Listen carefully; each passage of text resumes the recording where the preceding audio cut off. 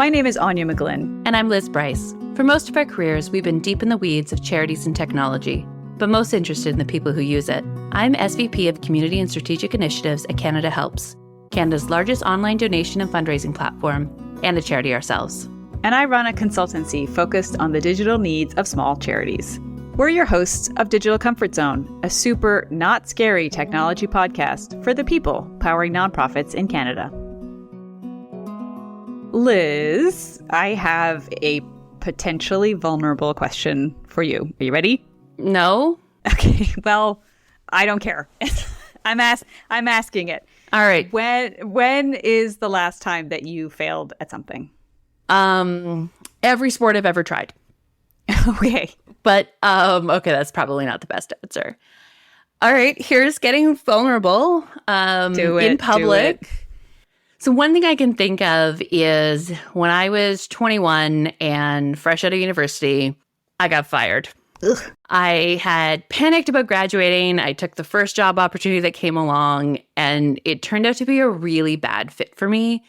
And I wasn't, let's say, good about keeping my opinions about certain business practices I disagreed with to myself. That's so unlike you. Yeah, I must admit I'm a little bit more tactful than I was 20 years ago, but yes. So I got fired. How about you? Oof. Honestly, so many. I've actually got one written out in our episode notes, but I'm going to tell a different one about kind of the same age as you. I was 18. I just started at McGill, and I realized within like 6 weeks that I was not happy there, and I didn't want to be there. And I usually I'm a pretty personable person. I make friends easily, but I wasn't able to make friends. I wasn't connecting with my classes. I hated the dorm. The city felt too big. And I eventually decided to drop out. And that decision was couched in so much shame, in spite of the fact that my parents were lovely about it. And they were like, we can see that you're unhappy. There's a plane ticket at the, Dorval airport. Just come home. But it was a tremendous failure for me to live through at that age. Oh, yeah. Look at us being brave, because look at us. I can tell you, 20 years later, I do still feel that shame. And it actually took me a long time to tell people really what had happened and that I had a role in it. And I'm just someone who really prides myself on doing a good job. And it hurt my pride so much that I had made this mistake that had these consequences. And I can learn from it. I know that wasn't the right thing for me. And there were very specific lessons I've learned. And in many ways, it was a blessing because it transformed my life in lots of ways where I went back and made different choices that were better for me. But it took a lot of time to get comfortable with that. And I really still struggle with switching my mindset from failure to learning. Yeah, I think I've become better at it. And honestly, oh God, people are so sick of hearing me talk about rock climbing. But I swear to God, climb? Oh no, have I not talked about this? Yeah, I rock climb. It really did teach me a lot about how failure can be transformed into learning. And I think I've transferred that to the rest of my life. But also, I failed at a climbing thing a few weeks ago, and I was distraught, and I was like, oh, I'm not going to tell anybody. I literally was like, I'm not going to tell anybody that I failed, and I'm going to keep it a secret. And then finally I told somebody about it, a really dear friend, and she wrote me the most wonderful email that was like, oh, okay, so what you're saying is that the universe gave you this really incredible practical opportunity to, practice the kinds of instructional skills that you're trying to share with people. Is that what you're saying? And I'm like, yeah. And she was like, well, that's awesome. What a gift. And so it was that moment of recognizing that it was a gift. There's a Mary Oliver poem, and it's something like, someone gave me a box of darkness, and it took me time to realize that too was a gift, right? And that's where I try and stay in, but it's really hard. It's not easy, and it doesn't happen immediately. It certainly doesn't happen in the moment. And I think for charities who are doing their best, but often really really strained. The idea of using technology, maybe it hasn't worked so well in the past, is hard to get over that failure. Or it's hard to even take the chance on failure because you've got so many other important things to do. And I would imagine a lot of people just feel like they don't have time for failure. And I think part of that is this mindset that many people have, including myself, that failure is an ending instead of a critical milestone of something that's inevitable when we're taking on any big challenge. Yep, absolutely.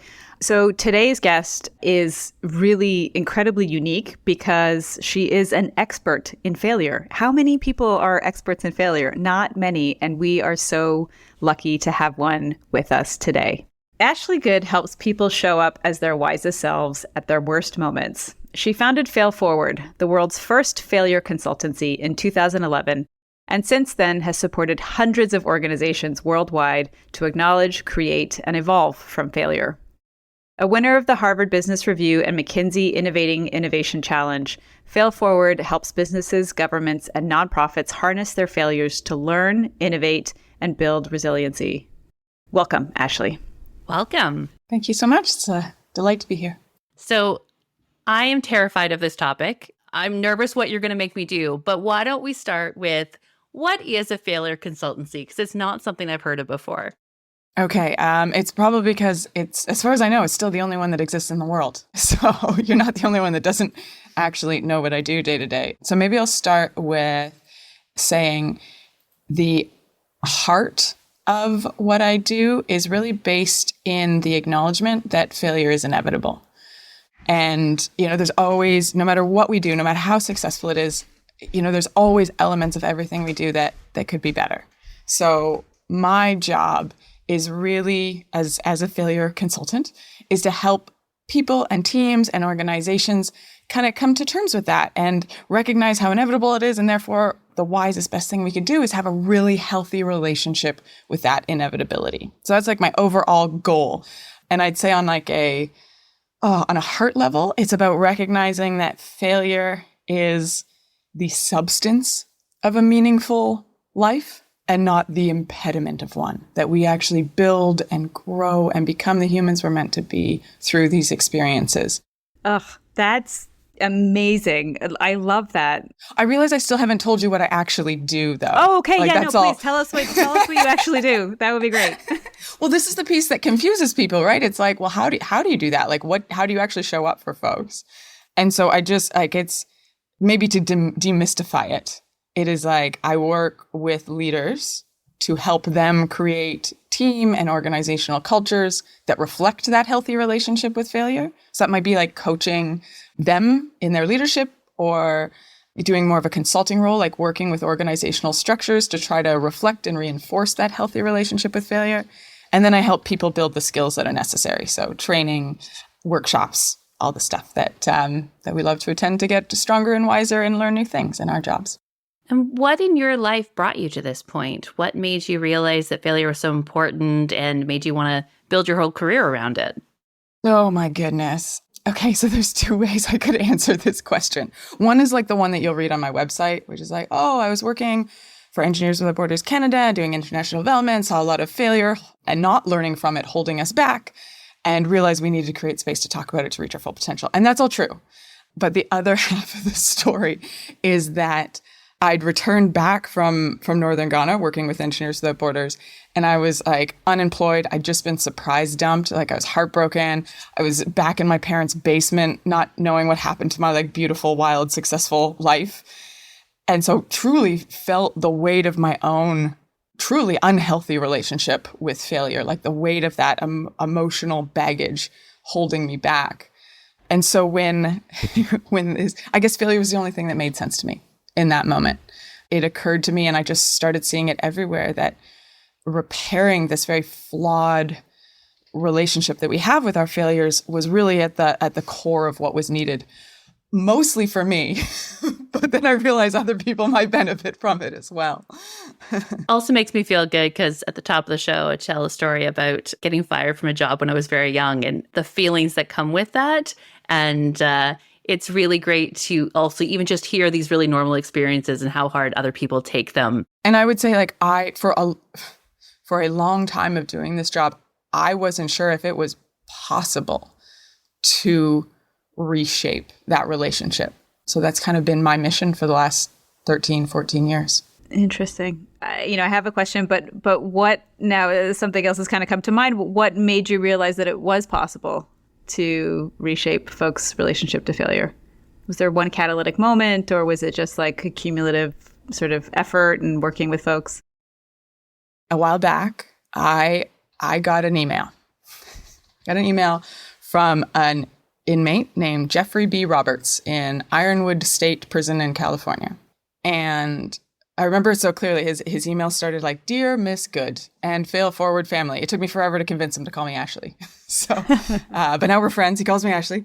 But his first email, it started saying, at 18 years old, I robbed and murdered a man and was sentenced to life in jail without chance of parole. Like he will die in prison. Spend his entire adult life. He has been in prison for 34 years. And he told me all this in his first email. He spent the first 20 years in prison perpetuating violence to create intimidation so that he would keep himself safe, and self-medicating to deal with the shame and pain of his immense failures. And then a few things happened all at once that sort of changed the game for him, where he, in a plot to bring heroin into the prison, he was found out, so he's put in solitary. While he was in the hole, his father died, and he didn't get a chance to say goodbye to him. And then when he got out, 2 other inmates tried to kill him.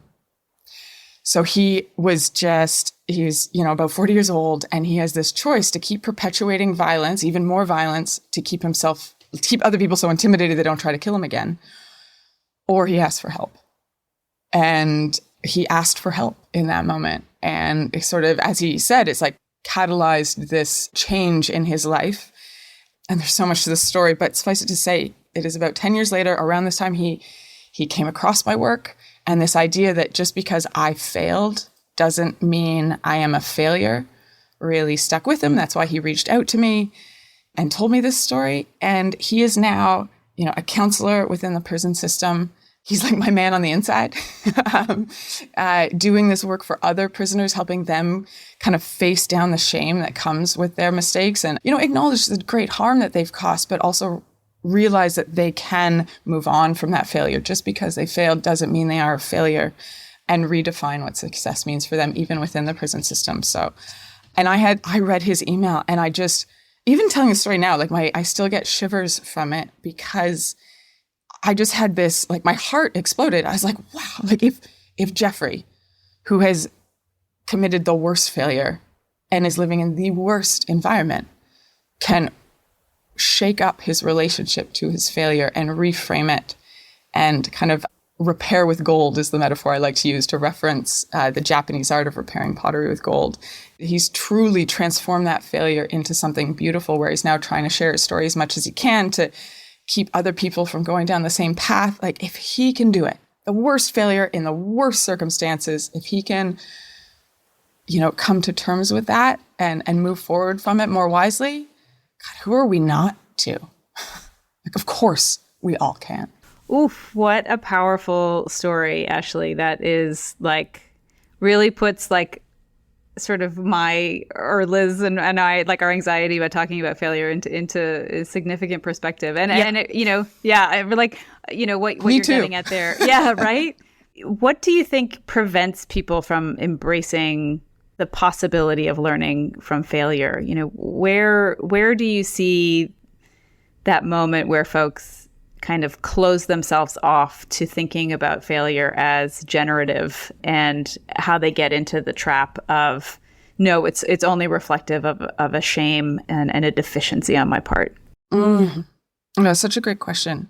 It's kind of like, I almost want to tell it in 2 parts, because I think one of the answers is nothing holds people back from knowing that they can learn from failure, as long as they're not in the failure at the moment.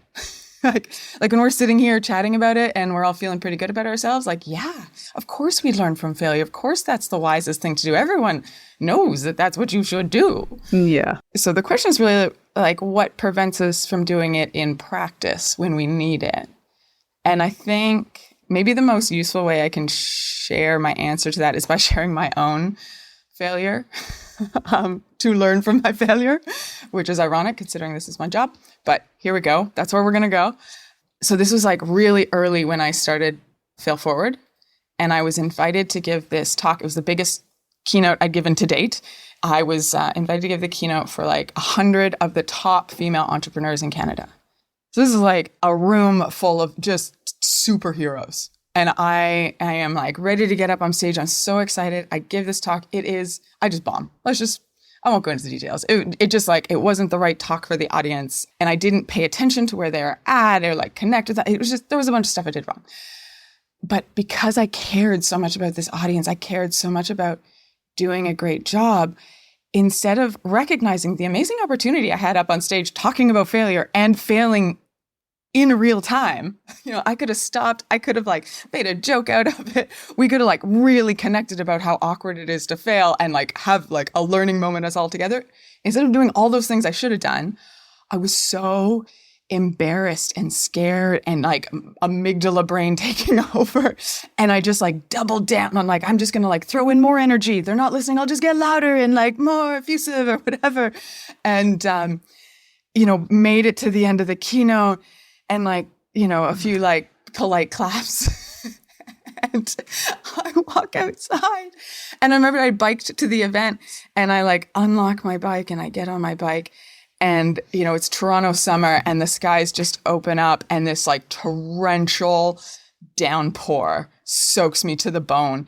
And I just like, that's like that drowned rat on my like little bicycle trying to like make my way home in this thunderstorm was like so iconic of how I felt at that moment. That the shame, the embarrassment of it, how much I wanted to do an amazing job, how much I'd practiced, how much I cared about delivering great content for these folks. And just, it challenged my sense of self as someone who understands their audience and delivers great content that moves people, right? And it was so hard from an identity point of view that I honestly, even though it's my job, just pushed that feeling down. It was too much. The reason I can talk about it like this now is because a couple of weeks later, I was in this great leadership program, and I had this opportunity to unpack it as a part of one of the activities. So I had this like really nurturing group helping me kind of come to terms with what had happened and what I should have done and all that great work. So I did the hard work of looking at it and learning from it. I'm still embarrassed about it 10 plus years later. I wish it hadn't happened. But talking about it in that environment helped take some of that shame away. That helped makes it just an event from which I can learn from. But without that program, I'm not sure I would have done that work. I'm not sure I'm pretty sure I would have just like kept pushing it down because that's what felt better. I would have just done my best to like forget it and move on. Again, this is my job. And I suspect that's what I would have done. So it's like, I don't have any judgment of folks who are struggling to look at those hard moments, because I really do understand how hard it is. Like sometimes so I guess the official answer to your question is like, sometimes there's just too much shame. There's just too much embarrassment. Or honestly, we just don't have the time. If I hadn't had that separate block of time to go to that leadership program, you're so busy, you're already on to the next thing. And that feels bad. So why would I keep doing that? Like looking at that, I'm just going to move on and try to do better next time. Or, maybe the third reason we don't unpack it is because we don't have that safe and nurturing opportunity with those folks around you who are there to help you learn and grow from it. Right. And it's like, it's so visceral too, right? Like whenever I think about a moment that I failed or was ashamed, like I can feel that like that heat come up, into my face. I can feel like this, like a tension, like a pinpricky kind of tension in the back of my neck. Like it's obviously, built into our physiological beings to have this kind of response to failure because we are social animals and because we know that like our survival depends on fitting in with groups, right? And when we fail and when we're ashamed, like that becomes threatened, right? And so, the idea of like, if I can just push it down and nobody can find out about it, that's actually a really protective response, right?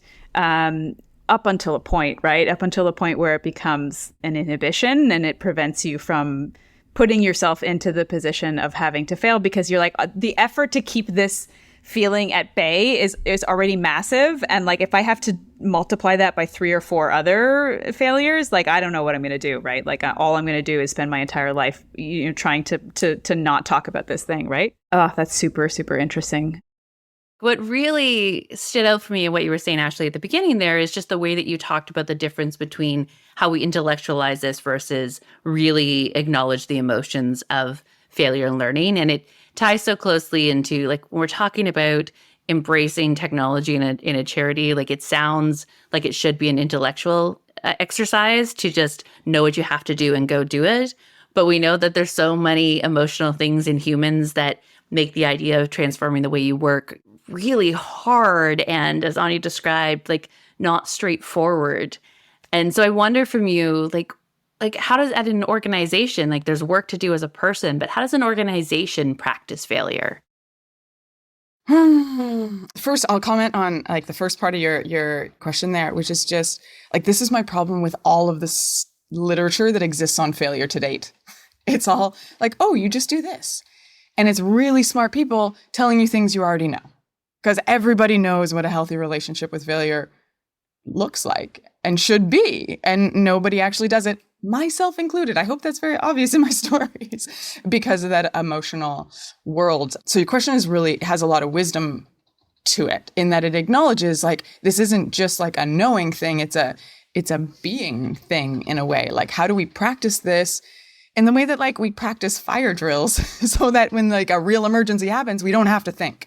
We just know that's what you do. I mean, ideally, we have some sort of sense of like, this is just what we do when failure happens, and it doesn't, so we can almost counter those instincts that have us beat ourselves up, blame others, ignore, deny it, try to fix it before anyone notices, all the other things that undermine our learning. So yeah, we need those practices. I'm just a long-winded way of complimenting your question. So I don't know. In my thinking about how we might practice this, again, I probably have 2 answers to this question. So there's like, how do we respond? Like, we need that response in like the fire drill sense. Like, how do we respond to failures when they happen?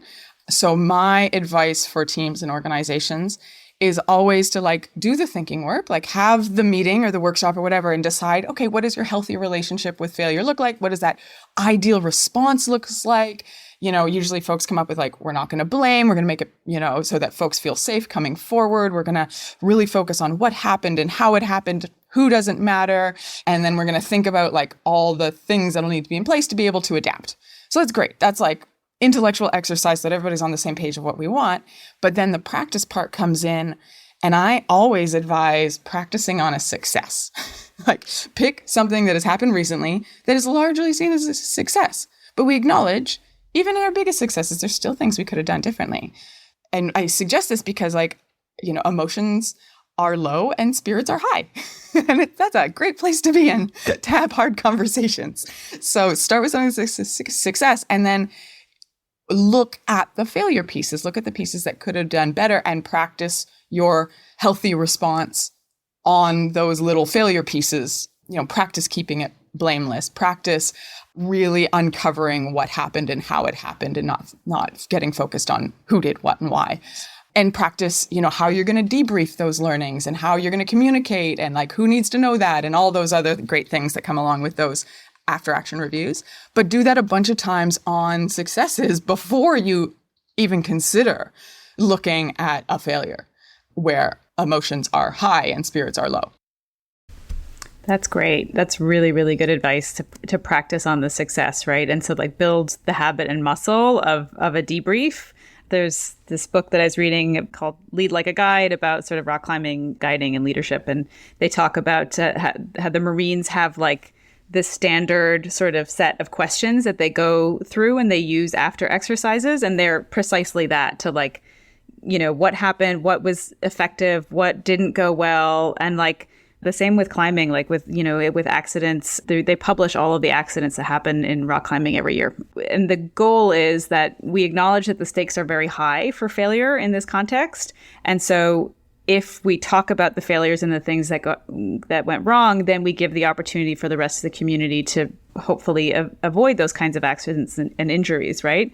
So obviously the same is true in the Marines context. And it's like, obviously the consequences and the stakes are lower in nonprofit organizations, but that effort and that habit and practice, I mean, and that you're right, actually, I saw the face that you made there about stakes, because sometimes the stakes are equally high. You are talking about people's lives. Yeah. And how much you're identified with accomplishing your goal, right? Like we so deeply care. Exactly. And especially when it's tied to funding and, you know what I mean? Like we can't really talk about failure, but if we perhaps frame it as, let's talk about outcomes, what happened, let's talk about activities. And sometimes those outcomes are not going to be optimal. And so if we're in the habit of talking about outcomes, we'll be able to use the same kind of practice and habit, even when they're suboptimal, right? That's really, really good advice. I think there's another bit of practice that's useful that's not just responding, but also almost like a generating space to try new things. So you hear the language of like pilot tests or experimentation or whatever language you like, which in my experience is, again, it's great in theory, right? Like we know when we're experimenting, the goal is learning, not success. We're trying to figure it out. We have a problem that we don't know how to solve, so we've got to test it. Awesome. How I see it going wrong is that, well, in a lot of cases, we call it a pilot, but we treat it like any other project that has to succeed because we don't want to waste resources. Totally get that. Don't do that. Actually treat it like an experiment and like keep it small, obviously, and like so that the true goal is learning. I think the other thing that we do wrong is we go into those experiments and like we've got a new idea and we really want it to work. So our instinct is to test it to prove it will work. So therefore we pick the small experiment we're going to run. Like we test kind of the easiest thing first. Like, oh, does this work? Because we really want it to. And that's from like a failure theory perspective is the worst thing you can do. When you've got like a new project or a new idea and you're not sure if it works, pick the hardest thing first. Test that thing. Identify what's the most likely cause of failure if there's going to be one and make the experiment around that, because then you learn as quickly as possible if your big idea is not going to work. It sounds so simple and so obvious, but I don't see it happening. And it's like every municipal infrastructure project I've seen kind of fits this trend where, they want to build the easiest part of the new subway line first to show progress and like, ooh, don't know how we're going to get around that like mountain or whatever, lake or whatever. Oh, we'll figure that out later. And like wonder why there's costs skyrocket 5 years down the road. It's like, do the hard thing first. And if it's not going to work, you'll find out fast. And wouldn't it be nice to end on a high note with building a subway or building anything? Dare to dream. Dare to dream. That's great. That's so interesting. It's interesting too, because like do the hard thing first is often kind of the opposite advice that we hear from, conversations about procrastination, right? Like, it'll be like, oh, we'll start on the low hanging stuff, right? Like start on the easy stuff, right? And I don't think that the two things are mutually exclusive, right? Sometimes it's like to get past a block or some inertia, right? Like you start on some easy things, but. So I think the nuance there is that you still focus on the hard thing. Don't do the easy thing. Focus on the hard thing, but the hard thing's too big. Like break it down until you can test a small part of it. That's it. And then you can move on it. Yeah, but don't just distract yourself with the stuff that will work. You just have to do the work. If you really don't know if your idea is going to work, do that hard thing first. Find out fast. That's great. Yeah, do the hard thing first. Break it down into the tasks, into its individual components, and look at what are the easiest pieces of that harder, larger piece. Yeah, that's great. This is amazing. This is already so generative. I'm loving this. I want to know from you is if there's like a nuance between individual failures and organizational failures, and how does each one present a distinct challenge? Because like an organization that's failing is doing it together, right? There's a lot of different pieces that are not working well if the whole organization is struggling. But then an organization can be doing fairly well. There might be one person who's not, right? And so I wonder if in your work, I would imagine that you encounter both types of scenarios. And how do you address when it's like there's one piece of the puzzle that's not fitting versus like, oh, this puzzle box doesn't match the pieces that we have and it's all a bit of a mess? So I guess my first response is organizations don't make decisions. So they don't fail, right? Like organizations are like our imagination. They are constructions of human decisions and behaviors and, willingness to go into a building. I don't know, to group together to accomplish common goals. So my first thought as you asked the question was like, well, organizations don't fail, people do.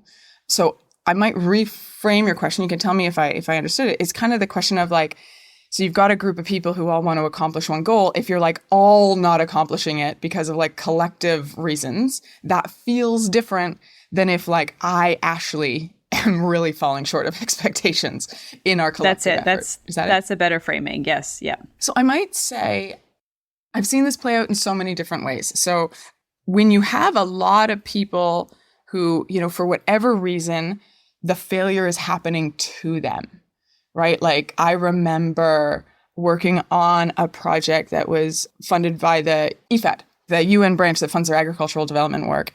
And like it was just before the financial crisis. So all of their financial expectations about how the project would come to fruition basically were blowing up because the financial crisis happened and like markets fundamentally changed like overnight. But they still had to run the project exactly as it was planned for the next 2 years, And so it wasn't going well, but they had this very team-based approach to the failures they were seeing because it was almost like they could come together and they were all feeling the same pain and they were all figuring it out together and they were going to do the best job they could under the conditions they could and they would figure it out. So it actually brought the team together in many ways, which can be extraordinarily powerful. So yeah, that does feel different. I have also seen almost like same conditions in a different time, a different environment, but have that break the team apart because everybody starts blaming each other and they think like, well, it was your fault and you should have seen this. And no, I did the best I could. Like that was a right decision. Didn't you see how that worked out? It was your fault, and you get like toxicity happening. So it can go both ways. And I'd almost say it's the same for individual failures. I have failures that I like cannot get over beating myself up for. And I have failures that I want to blame other people for.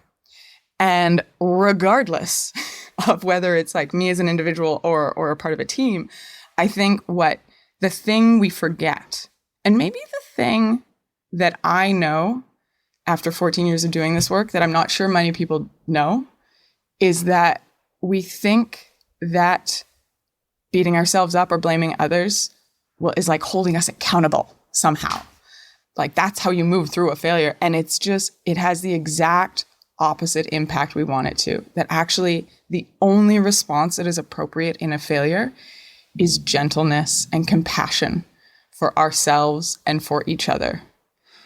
And it's all based, I'm not just like I'm making this up out of anecdotes that I've seen. That's where the idea came from. And then I went like, what's that? Decision-based evidence making. I went looking for the evidence and I came across Karl Popper's theory of rationality, which is that it basically says, and I'm going to paraphrase it here, but it's like we all show up. Nobody shows up trying to fail, right? Like we all show up trying to do the best job we can and make the best decision we can, given our environment, our understanding, the information we have available. We're all doing the best we can. And sometimes we make poor choices, but we're trying to do the best we can in the situation we're in. So that's basically what Karl Popper spoke to. So blaming and shaming, it just makes no sense when we consider that everyone's just trying to do their best. And I already said it has the opposite impact we want.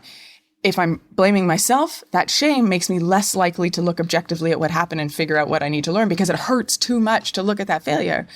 Same if I blame somebody else, it makes them super defensive. They have every incentive to tell you why you're wrong and defend their sense of self as a good, smart person who doesn't mess up and make people's lives worse. So blame and shame makes no sense in either context. The goal just should always be trying to really know that just because I failed or we failed doesn't mean we are a failure, and use that separation to allow us to look at what happened and understand it better.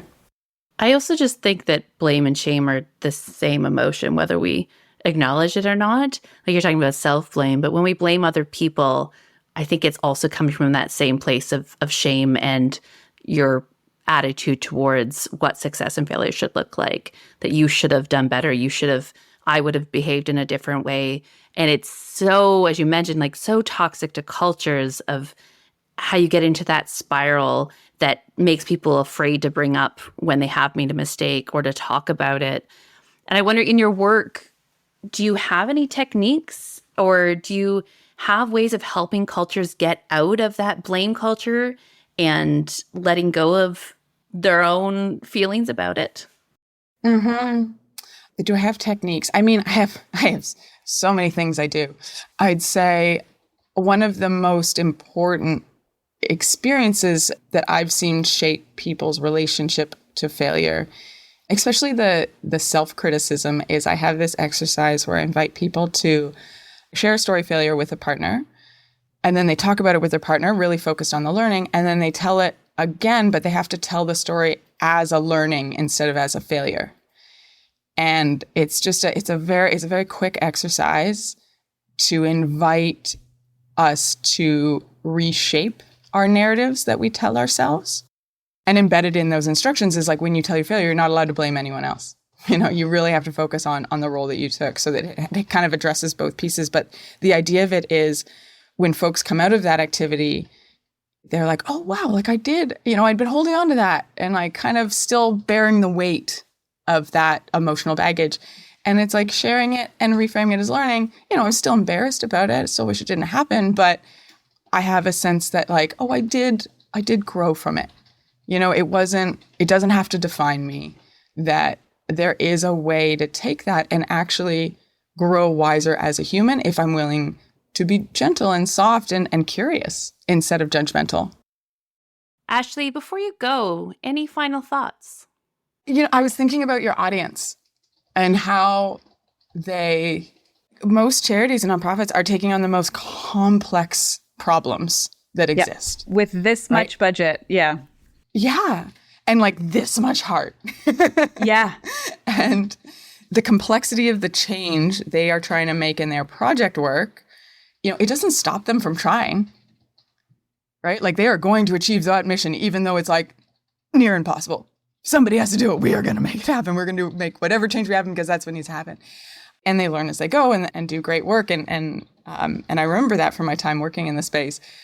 And I think the same could be said for technology projects, right? Like, they are complex. The likelihood of failure is extraordinarily high.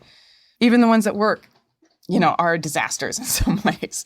So it's like, but there's a striking similarity there. And I think the piece that's really important in both cases is like, we know this is really hard. So we expect some degree of failure. So we work really hard to destigmatize it.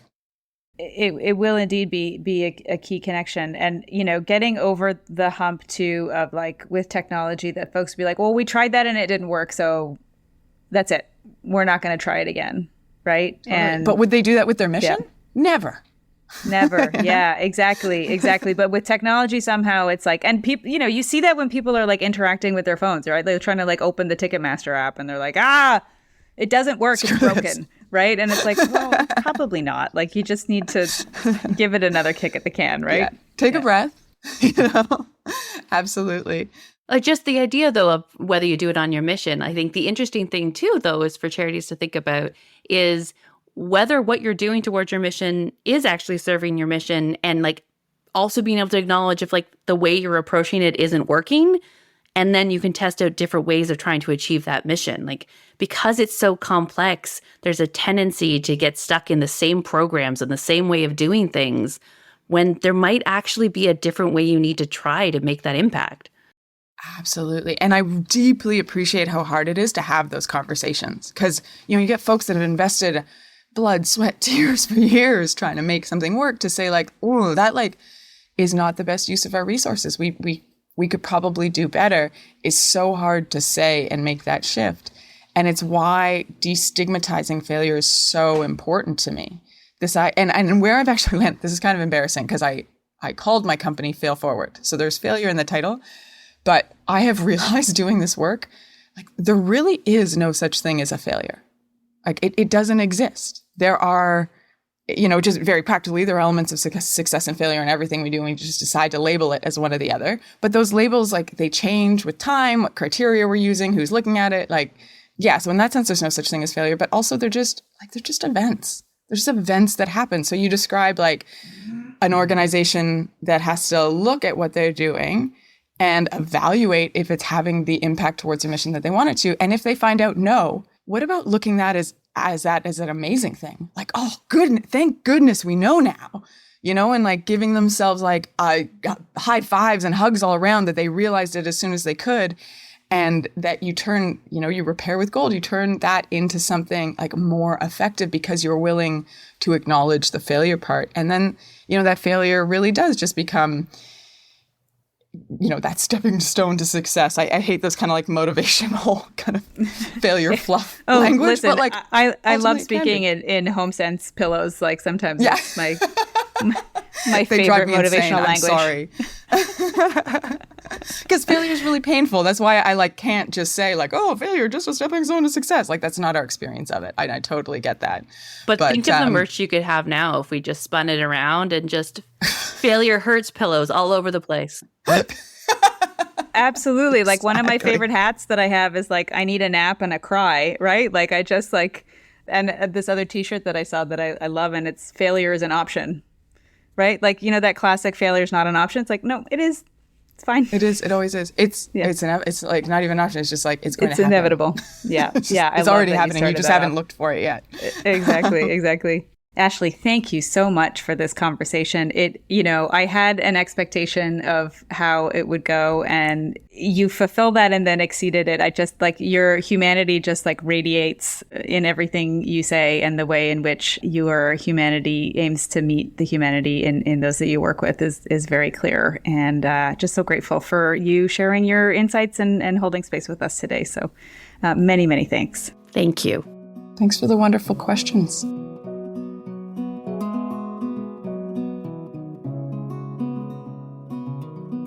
Wow, that was such a good episode. And before we get to our thoughts about the interview and how it might relate to your work and your charity, we just wanted to share a quick note that this is our last episode of our first season. It's been a wonderful ride. And if you haven't listened to our past 7 episodes, please go back and get the insights from those incredible guests. We'll be back in the fall with some special bonus episodes, and stay subscribed for any future seasons. So Anya, what do you think about failure now? My brain is spinning. So when we talked a little bit in the intro about the inevitability of failure, and I love that Ashley, kicked that off right at the top, right? That it is going to happen. So trying to avoid it and trying to navigate or maneuver through your life, avoiding it's impossible. So what do we do then? When we experience it. And I thought that her example of that you need the time to move through the feeling of failure before you can kind of get over it, right? Which is to say, that anecdote about leaving that keynote, right? And in that moment, she wasn't prepared to just move immediately into learning, right? And this is kind of what you talked about too, like how difficult it is to move from the feeling of shame and failure into the learning piece. And I think it's really important for our listeners to acknowledge that when they do fail, it's okay to sit in that feeling of shame and upset for a minute. Like take a beat, right? Like unacknowledged emotions are not helpful, right? That's just kind of repression. So you're taking on a technology project, you're taking on a CRM implementation, you've implemented, nobody's friggin' using the thing. And you're like, oh my God, this just feels like a giant failure. Okay, take a minute to sit there and, maybe have a little pity party for yourself, a little boo-hoo. And then once you've had the feelings, now you can start to move through the shame into a place that's more generative. And I thought that's I'm going to be taking that away big time. I'm just going to have to take away all the things I wrote down to put on merch of because I failed doesn't mean I'm a failure is one of those mantras that's hard to internalize, but also felt so important as she was saying it. And I think also just thinking about this idea that, failure really challenging your sense of self, which fits in so well to your idea of having those emotions. I mean, what is going on here when I made this mistake and letting some of that go. But I love the really practical things that she suggested about ways that you can practice this in your organization. So talking about practicing on a successful moment and really just having those retros on on something where emotions are low and spirits are high, as she said, of we had a great project, what did we learn from it, is a really good way to build that into your culture. And I really did love this idea of telling a failure as a learning and forcing yourself to rethink it and not blame it on other people. And really, that's, I think, a way of taking the emotions out of it and being intellectual about it and breaking it apart and like, what were the learnings there and how could I apply those in my work? Absolutely. And like, specifically on the technology piece, like, I have been building like integrations between tools, right? And integrations typically like there's a trigger action, like somebody signs up for a thing and then they're supposed to be added to a list and then they're supposed to receive these emails, right? And like they always fail. Like there's always failures in those integrations, right? Like this tool that I use, Zapier, which is this integration tool. It has a whole dashboard to show you the failed runs, right? And you can like filter to see, okay, which of the runs of this integration didn't work, right? Like failure is built into the concept of technology, right? And it is like they're called bugs, right? We have versions 2.0 and 2.1 and 2.2 and 3.0 because like it's a constant process of fixing. And you can't make technology better if you're not prepared for the failures to happen along the way, right? And so when organizations throw up their hands because, a technical solution didn't work one time and say, well, let's just, abandon it and go back to the PDFs that you have to download and sign in an email, like that is expecting a level of perfection and infallibility out of technology and out of yourselves. That's just really quite damaging. So the challenge I would put to our organizations and folks who are listening who are perhaps feeling a little bit cynical about technology or we tried that or whatever is we'll try again.